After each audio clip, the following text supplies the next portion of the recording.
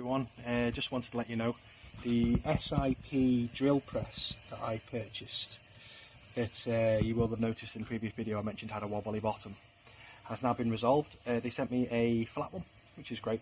I'm really quite happy with the product now in terms of it being usable as a drill press. However, as I was warned by another forum member on the forum I go on, this type of vise lifts when pressure is applied, and so it means that the workpiece drops out of square, which I'll show you now. So I'll just install a set of parallels into the jaws, a couple of nice parallels here.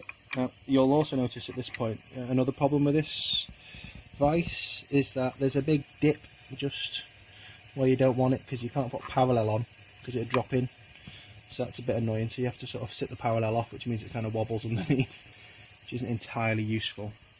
But then if you then do place a piece, this is aluminium, just a little billet block into the workpiece. If you watch the vise, I wonder if I tell you it's, no, I'll put it like that. I wonder if you can see if it watch what it does. It lifts. You see how it lifts there? See that action? Basically means that your piece is not square. So then I purchased this little machinist vise off RDG Tools, I think they're called, RDG Tools. If I find a link I'll put it in the description. Really happy with this vise. I'll fit it now and we can have a little look at it on the mill. When it's fitted to the mill, you'll notice I've had to move it across inboard from the edge. I did have the other vise set up on the end here. The issue is that the work envelope of the machine only goes to about there, which I was quite surprised, but I didn't realise. I thought it went all the way to the end of the table. That's a bit annoying.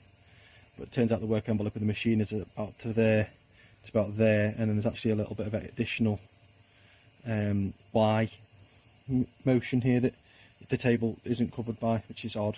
I don't know quite why they've designed it that way, but there must be a reason. Anyway, back to the point. So I've mounted the vise centrally, which I'll do whenever I'm using the vise, although it's only held on by 2 bolts into T-nut, so quite easy to take in and off. So mounted a little bit of aluminium in there. You'll notice that when I unfasten and then tighten the vise, there is significantly less motion than there was in the old one, so I'm happy with that. I mean, very little lateral play at all in the vise. So you see him moving there, it's not shifting at all. Also the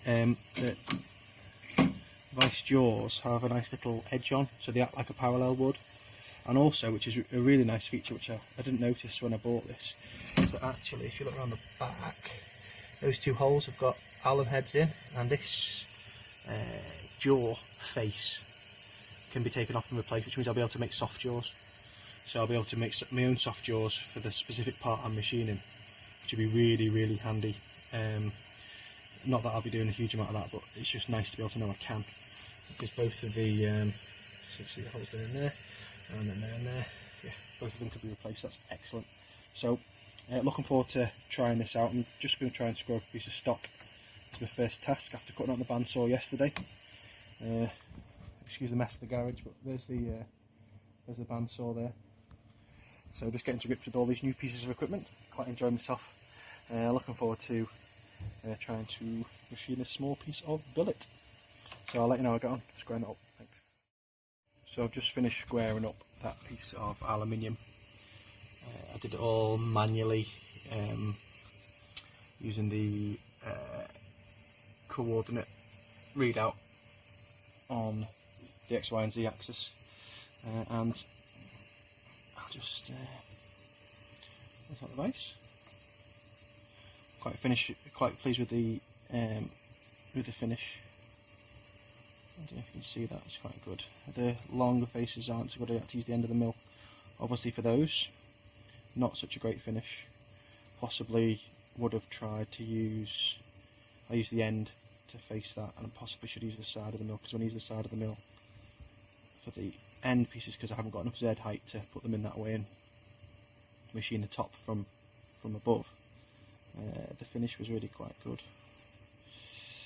Plus it was a lot faster, because it did it in one pass, except one end which had a big, it had been sawn very badly, so that took a long time to smooth out. But yeah, really quite pleased with the results. Nice and square, and yeah, very pleased. Unfortunately, I did a little trial drill into it when I very first got the stock and forgot about it, just spotted it now. But yeah, pleased with the results, very pleased with the vice from RDG Tools. Again, I'll put a link in it, and that's a 10mm HSS end mill that I got from CNC Poor Boy off eBay. Excellent reseller of Europa, I think it's Europa end mills. So yeah, highly recommend him. I've bought quite a few of them so far, and they've all been excellent. So that's it for tonight. Really pleased with the results. Next project is starting to make storage to get rid of all of that stuff on the shelves into a nice storage unit I'm thinking of making. Anyway, more to come. Thanks.